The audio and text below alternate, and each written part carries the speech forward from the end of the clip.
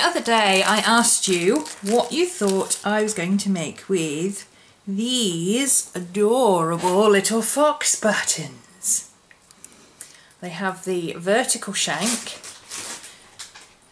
Anyone who owns a Midori will know that that's very important because Midori elastic runs that way, so you need the hole to go that way. See?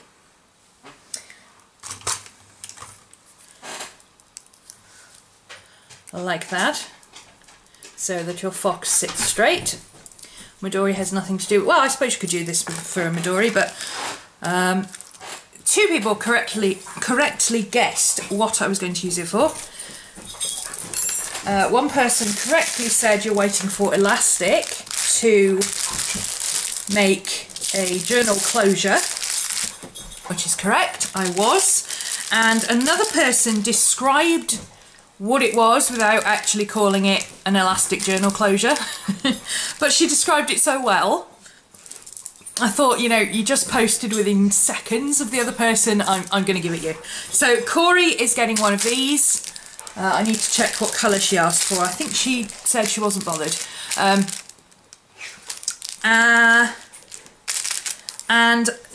Grace also won one, but she doesn't have a Hobonichi and she didn't want one for her Midori, so she's asked me to send it to her friend Marianne Kensington, who you will know as Pocketful of Vintage.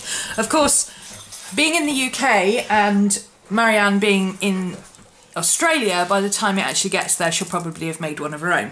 But never mind. So to make this you are going to need a button. Like I said, it needs to have a shank on it. You ideally want a shank that's metal, but this is plastic. The guys are kicking off over there again. If you can hear crazy noises, the dogs are playing. Maddie and Scooby are going for it. Yeah, so you'll need a button with, obviously if you want him to sit that way, you need a vertical shank. If it's like a flower or something, it doesn't really matter. You need some elastic. I have here some 2.5mm elastic. This, oi guys, play quietly please. Thank you.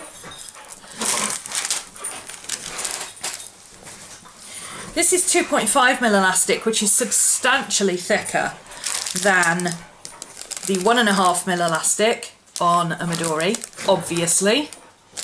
But I wanted it to be quite sturdy because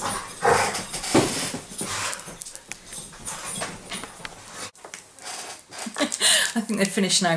I wanted it to be quite sturdy because Hobonichis, to begin with, they are quite heavy once you get them in their covers. And yes, I have the same cover as Marianne. I don't care that somebody else has the same cover as me. I think this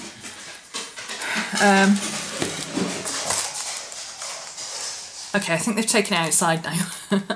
It's bedlam. I think a lot of people have gone for this particular cover on cover, and in fact this colour combination. I don't mind that other people have got the same cover. I don't have to have my covers unique. I just wanted the orange with the foxes because I love my foxes. You know, I love my foxes. And on top of that, it's got spiders' webs, Trey Gothic, it's got little crazy squirrels, it's got crazy spiders, magic mushrooms, acorns, pine cones, crazy leaves. It's very, very cool. I like it. Oh, it's got crazy bumblebee. I love it. I particularly like this little one here. He's very cute. So, yeah, these are pretty heavy. And I wanted the elastics to be quite sturdy. And also, I need to make it quite long because Hobonichis, by the time you've got your Hobonichi full, it's massive. It's really, really thick. So I've chucked some extra stuff. I don't normally carry all this extra stuff in my Hobonichi, but I've chucked some extra stuff in there to give it some bulk, just so that I can get a decent size measurement for the elastic. For those who haven't seen the elastic Hobonichi holders, this is what they look like. I tend to put mine at an angle like that because this is right in the way. It actually needs to go there. Oh, I could tuck that in there, couldn't I? I may actually chop these off. These pen loops drive me berserk. I don't use them. They really annoy me. I may just... that one of them may meet a sticky end. At least one of them. That one at the front might meet a sticky end. I might leave the back one, because I might sometimes use that maybe. Anyway, this is what we're making. Cute little elastic closure for your Hobonichi. It's not anything stellar, it's just enough to keep it together while you're out and about. It's nice and easy to do up. It's not anything amazing, and it's nice and stretchy. So, you know, if you really wanted to, because it's snug but it stretches, you could put maybe your pen or something in there, or, you know, perhaps your scissors or something, whatever. You know, it's just a nice way of keeping everything together. You know, you could put your pen in it like that. Obviously, if you've seen them on the Hobonichi site, you know.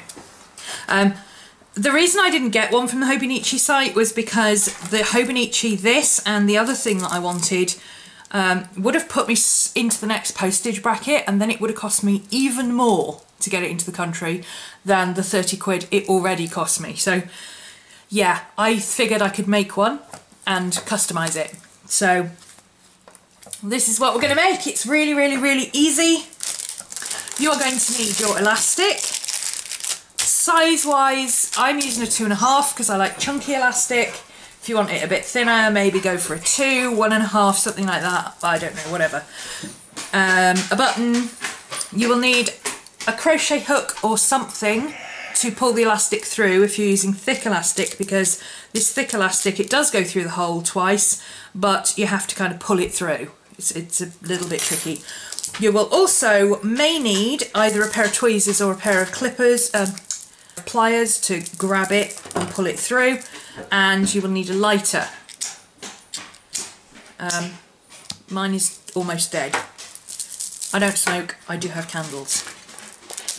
Right, so we're going to take this out of the plastic. Sorry, I should have done this before we started.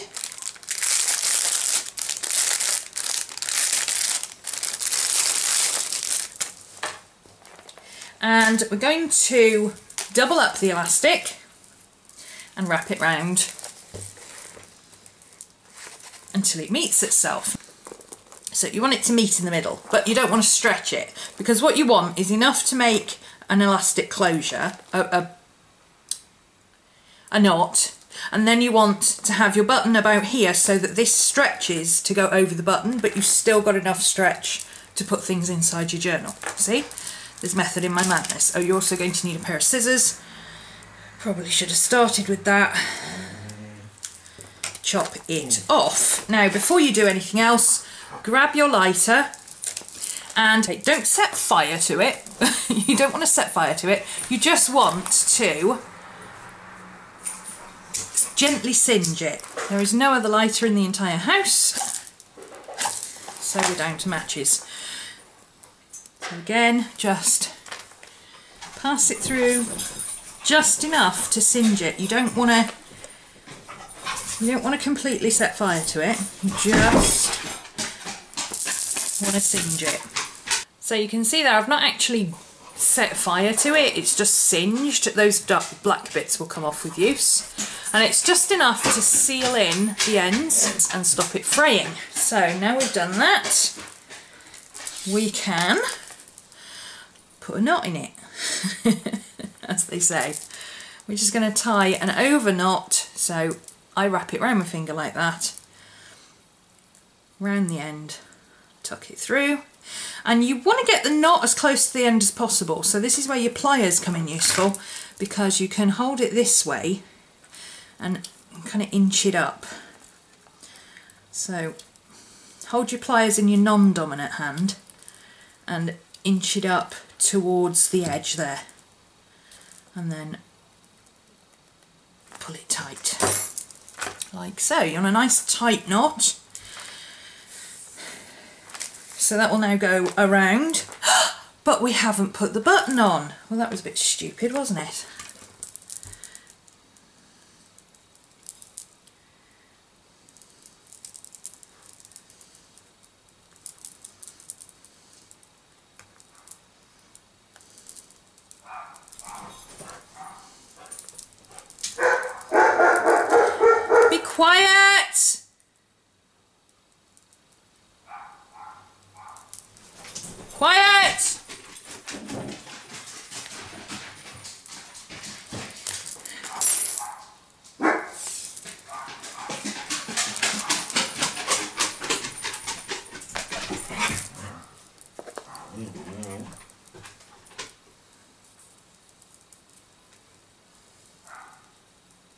Quiet.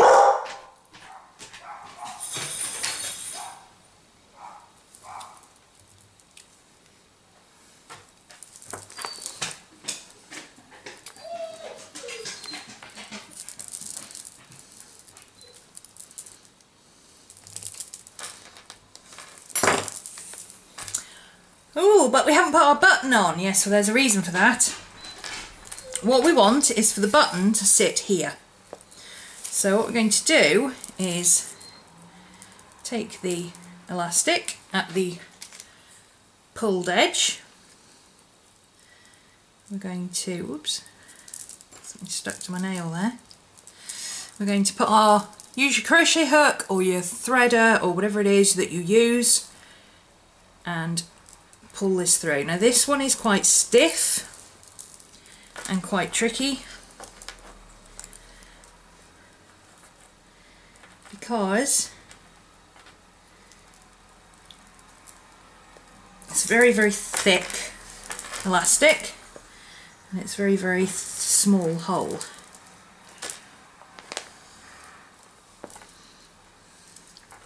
Sometimes it's better to just wrap a piece of thread around it and use that. I'm shaking today, so I can't do it very well. Here we go. Now you need to be quite careful if your elastic is very thick like that. You need to be quite careful pulling it through. Don't just yank it through or you'll pull this plastic off. Keep pulling it close to the button, flush with the button. So you see I'm pulling it sideways, I'm not pulling it this way. And just keep feeding it through. If one gets a bit longer than the other, pull them in unison. One's starting to get a little bit twisted towards the end, but it's okay. It will straighten out. There we go.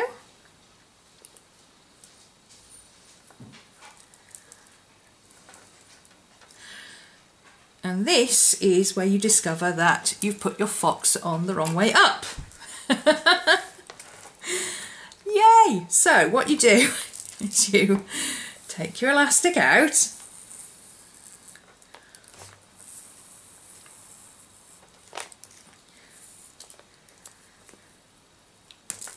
turn your button 180 degrees and can't believe I'm doing a tutorial on this. Feed it through again.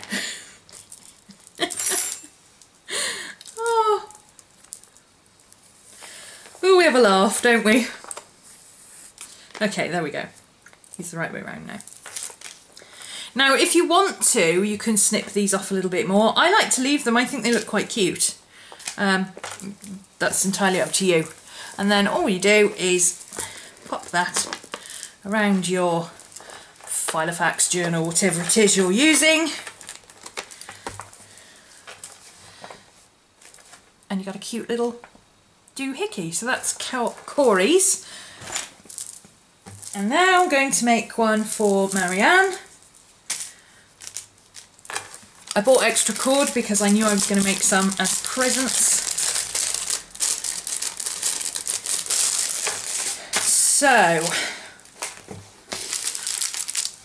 now Marianne likes her browns, and I know she's in love with this brown on the inside, and this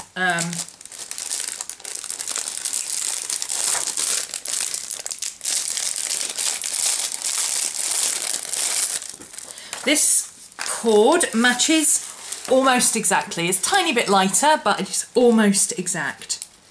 It's close enough that nobody would complain about it. So I'm going to use this for Marianne because I think she'll like that. So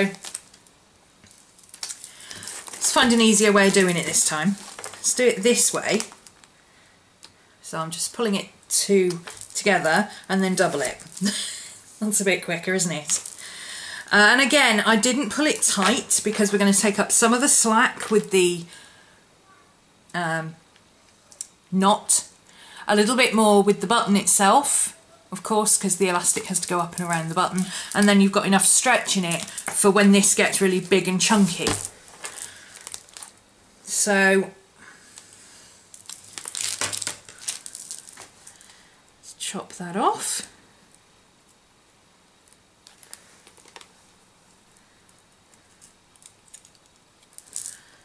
I like to chop it first because it gets rid of all the frayed ends, because sometimes you can have frayed ends and then there's no elastic to about here. So I like to get it all flush first before I do anything else. Get rid of all the little crappy bits.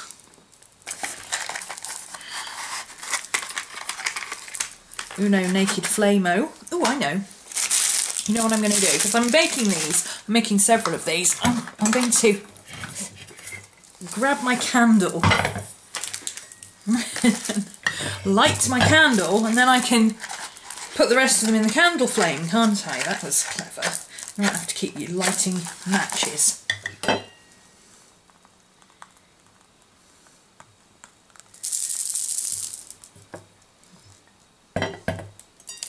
There we go.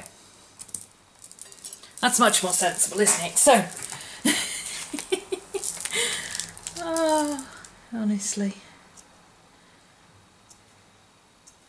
Trim this end up. And again, I'm not going to shove it in the flame. I'm going to get it close enough to the flame that it melts. You see, you don't even have to be close to the flame and it starts to melt. You don't want to singe it to death.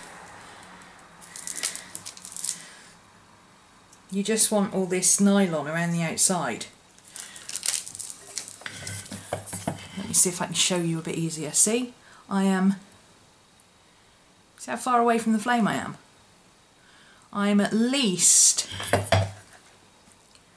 an inch away from the flame and it's melting. Watch your fingers, obviously.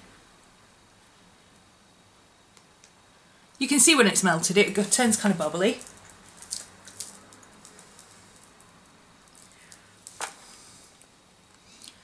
Do that one a tiny little bit more. There we go.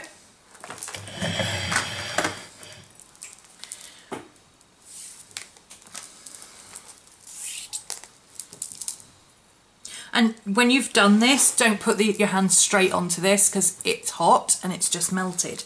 You will burn yourself. I speak from experience, sadly. So tie a knot, push it right up to the end, and then use your pliers to pull it nice and tight. Okay. Oops.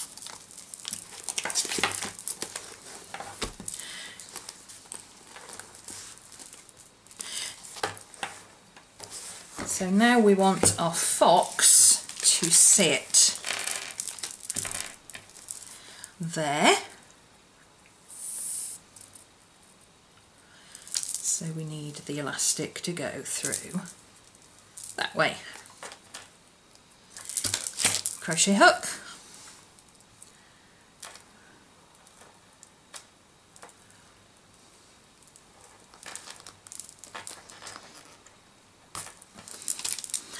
There we go. So yeah, that's facing the right way. Again, pulling through.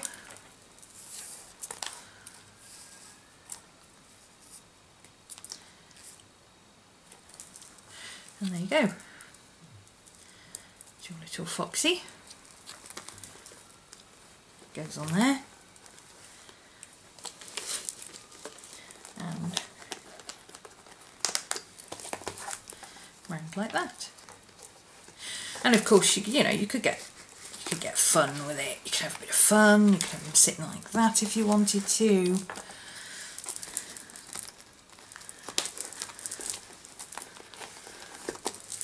You could twist him round so he sits on the side. However you want to do it. Okay, so that is how you make your little fox closure. Nice and easy. Bit fiddly, but if I didn't shake so much it wouldn't be so difficult. So there you go. go and have fun, find some big buttons and go and have a play.